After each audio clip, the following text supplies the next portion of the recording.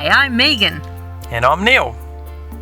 And we've packed up our home in Glasgow and moved into our cute retro camper van Harmony to travel all over Scotland, exploring the best places to stand up paddle along the way.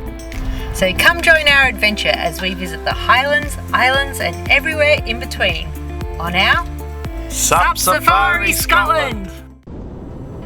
Back on the mainland of Scotland, we travel south aiming for the Moray Firth and then on to Aberdeenshire. Along the way we stop at Sinclair Gurnigo Castle. It's believed that the castle began its life as Castle Gurnigo between 1476 and 1496 and was probably built on the foundations of another structure. In 1606 the castle was expanded and Castle Sinclair was built. There was a dispute over ownership which led to the Battle of Altamarac in 1680 and the castle was damaged.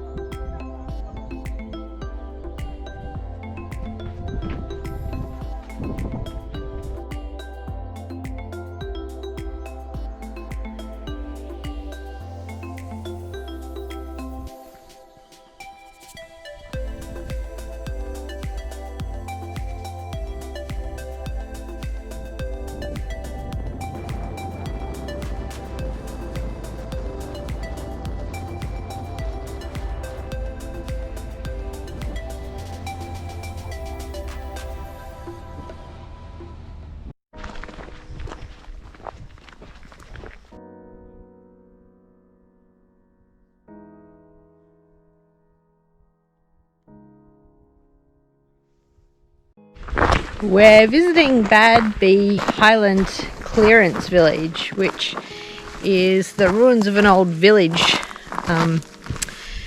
that people were moved to back in the late 1700s, 1793. So people were living in the glens, in the more sheltered and I guess more fertile, better for farming regions of Scotland, a little bit further inland. And around about the 1793 they were pretty much moved out here. So it's such a beautiful spot, but we have a really lovely day today. There is next to no wind, but having come up here it's probably 5 weeks ago when we were on our way up to Shetland, I think it was, or maybe it was when we were doing the North Coast 500. We camped further up the coast here, not that far, but oh my gosh, the wind was crazy. So even just that wee taste in what would it have been, June, shows you just how wild and woolly it would have been living in such an exposed place like this. So I can't imagine what the people who were moved here thought about their new home. It would have been a pretty harsh existence. I don't know whether they still would have been able to farm or... People were evicted from their homes in the glens by rich and powerful landowners to make way for sheep, which made more money. By the 1850s, people were leaving Badby to look for better lives elsewhere. In 1903, all the Badby crofts were unoccupied. Some people probably moved to villages nearby, but others went further afield. At least one family emigrated to New Zealand, and in 1901, their son David returned. This monument was erected in 1911 to commemorate the people of Badby by David M. Sutherland of Wairarapa and Wellington, New Zealand, son of Alexander Robert Sutherland, born in Badby in 1806, and he left for New Zealand in 1839, where he died in 1877.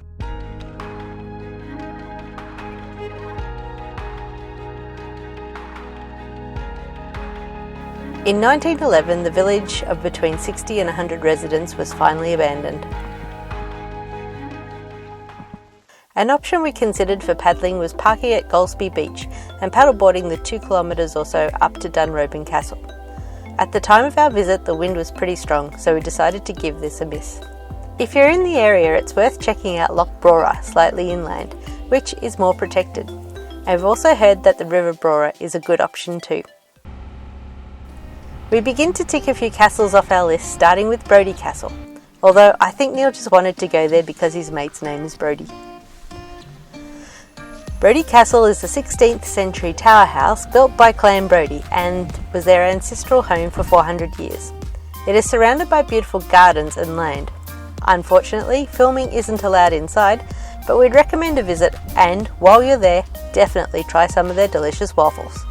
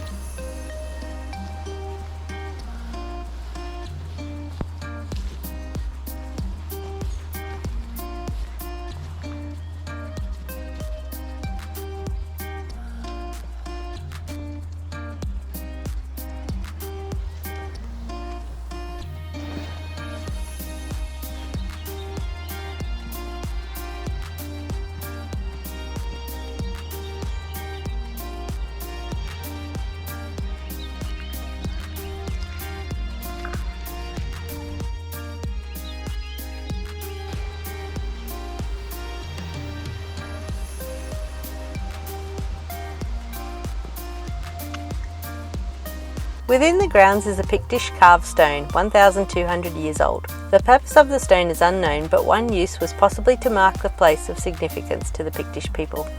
Since carving, the stone has been moved several times, the final time being 1840 to this location. Leaving Brodie Castle, we bypass Findhorn as we have visited on a previous trip, but recommend checking out Findhorn Bay and Beach for stand-up paddleboarding. See our blog for more information. A tip-off from one of our Instagram followers led us to Rose Isle Beach. There is a really beautiful day-use area amongst the pine plantation with ample parking. A boardwalk leads through the sand dunes and onto a long, wide beach with a line of concrete barricades and bunkers from the Second World War.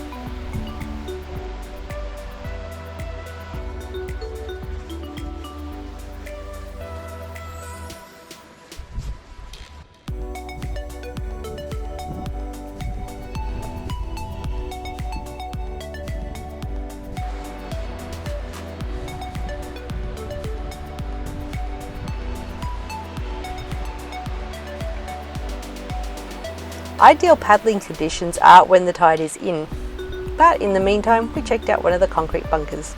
2 lattes please. Yes.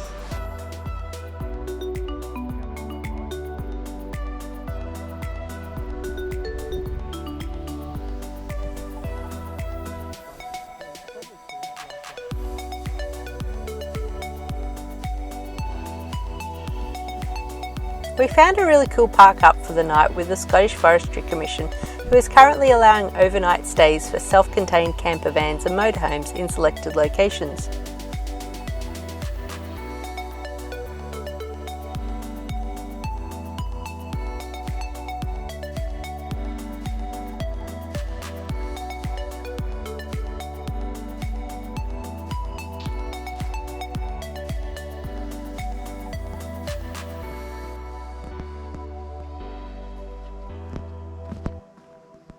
This looks like a lovely spot, the trees here. And I like having a view, a room with a view, perfect.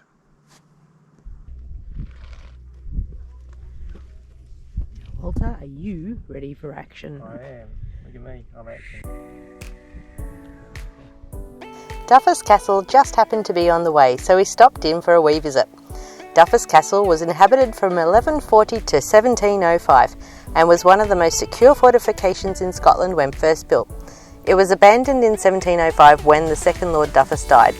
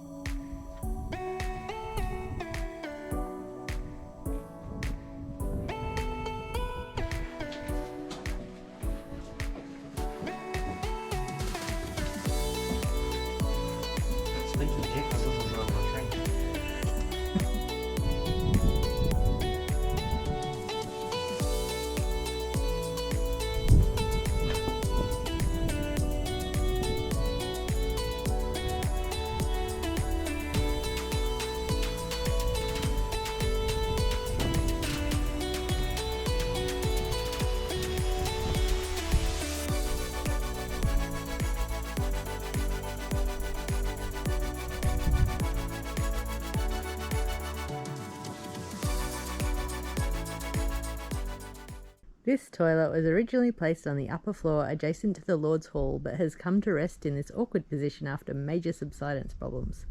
Hope no one was sitting on it. So this whole piece of wall has slid down the hill it was originally attached. Up here.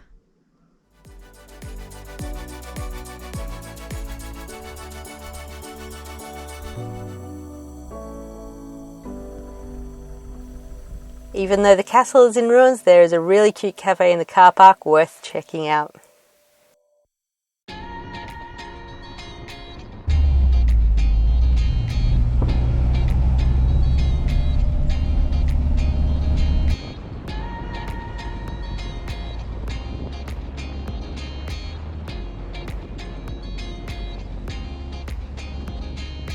Craigalackie Bridge was built in 1812 and was the first cast iron bridge in Scotland. It was shipped up from Wales where it was cast, by sea to Spaymouth, and then on wagons to its current location. What a journey for a bridge!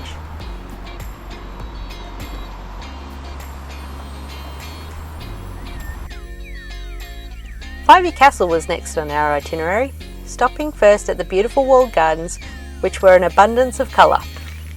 Fyvie Castle has an 800-year history rich with legends, folklore and ghosts.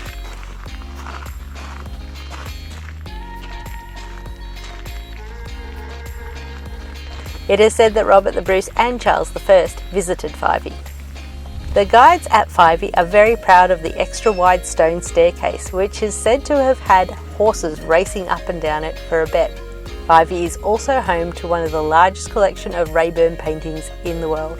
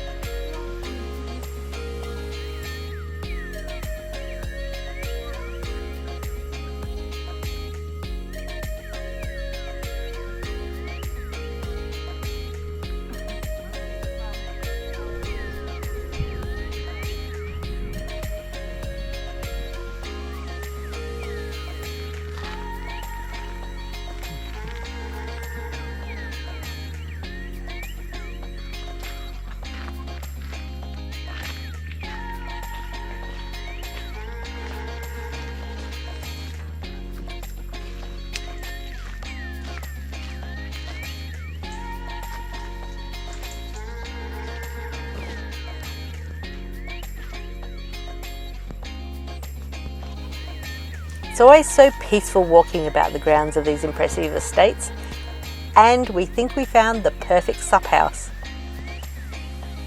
Gotta love a castle with a lock.